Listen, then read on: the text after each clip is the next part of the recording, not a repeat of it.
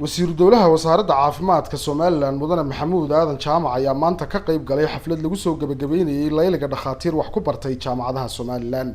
Munaasabadan waxaa ka soo qayb galay agaasimaha guud ee wasaaradda caafimaadka Soomaaliland, guddoonka ururka dhakhaatiirta iyo mihnadlayaasha caafimaadka qaranka, saraakiil ka socday hay'adaha TET iyo WHO iyo sidoo kale mas'uuliyiinta cisbitaalada Hargeysa iyo Boorama iyo marti sharaf kale oo tiro badan.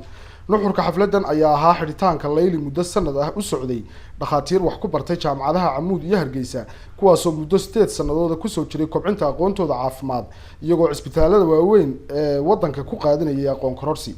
gudoomiyaha ururka dhakhaatiirta Soomaaliland Dr. Cabdirasaaq Yuusuf Cabdilaahi iyo gudoomiyaha hay'adda mihnadlayaasha caafimaadka qaranka Dr. Axmed Xaashin Nuur Oday oo madasha ka hadlay ayaa hoosta ka xariiqay baahida loo qabo aqoon-yahano caafimaad oo dalka u dhashay xoogaalna u ah xaaladda dadkooda.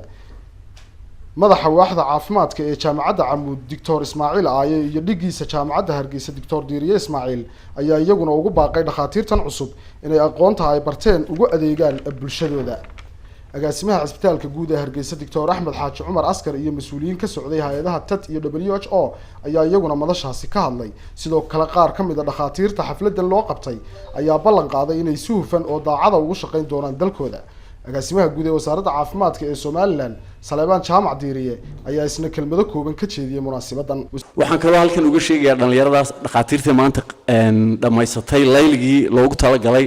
ninbaa maalin dhoodii sheegay erayga waxaan ka faa'iideystay Dr. Cabdigure oo sheegay yiri layli anigu halkan internship ka lahaa layliga marka wuxuu yiri waa awrku markuu buubayo ee haamaha la saaro marka reer barateen imika oo la jarabaray dhakhtar la jarabaray marka ina shaqadii idinkoo gacantiinu fadhido shaqo tagtaan wasaaradda caafimaadku waxay halkan idin ka ballan qaadaysaa oo ku kalsoon idin ballan qaado oo budgetka idinku jirta 60 naas qofka doonaya inuu wadankiisa u shaqeeyo dhakhtarkii la doonayo cisbitaalku doono lagu qoro application baa la idin dhiibaya qofka doonaya inuu shaqaale dawladeed noqdo gacmo furan bay wasaaraddu ku soo dhaweynaysaa warqadahaas waa diyaar qofka ka cudur daartay yiraahdo anigu ma doonayo inaan position ka lumiyo oo kama shaqeyn karayo waa fasax private ku toos ugu shaqeyn karayo laakiin qofka doonaya inuu berina loo bedeli karo saylac saadna loo bedeli kara ceergaabo ee u diyaarka dhakhtarka ah ee doonayna public u shaqeeyo welcome baan ku leenahay qofkaasina wuxuu leeyahay opportunity ugu horeeya wixii scholarship soo baxa waxa ka mudan qofka private ka u tagay ka public tagay taana waan u bareeriyaan imika sida ay raahdo iyadoo sidii loo kala horeeyay sidii Dr. Diiriye sheegay loo raaci doono hadii la yiraahdo. wasiir dowlaha wasaaradda caafimaadka Soomaaliland mudane Maxamuud Aadan Jaamac oo hadal ka jeediyay munaasabadan ayaa ka warramay siyaasadda wasaaradda caafimaadku inay dhiiri gelinayso aqoon-yahanada caafimaad ee ka soo baxa jaamacadaha wasaaradda caafimaadku aqoonsan tahay waxaan u ballan qaaday inay hakin doonaan furashada qaybaha caafimaadka ee jaamacadaha aanay wasaaraddu aqoonsanayn. gudoomiye Axmed wuxuu yiri kulliyadaha la furayaa dhibaatay nagu haysta ee waxa laga qabto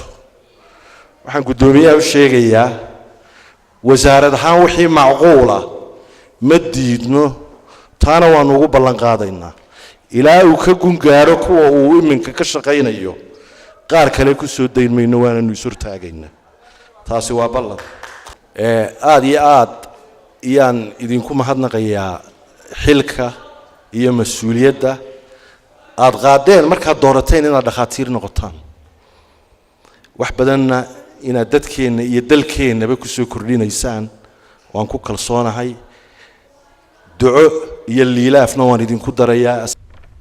gabagabadii xafladan waxaa dhakhaatiirta lagu guddoonsiiyay isla madashaasi aqoonsigooda dhakhtarnimo waana markii ugu horeysay ee xaflad noocan loo qabto dhakhaatiir ka soo baxay jaamacadaha dalka kuwaas oo loo aqoonsaday inay yihiin dhakhaatiir buuxa waxaanay sidoo kale shahaado sharaf guddoonsiiyeen isla dhakhaatiirtaasi agaasimaha guud ee wasaaradda caafimaadka ee Soomaaliland taasi oo uu ku mutaystay sidii uu la shaqeynayay muddadii ay aqoon kororsiga ku jireen.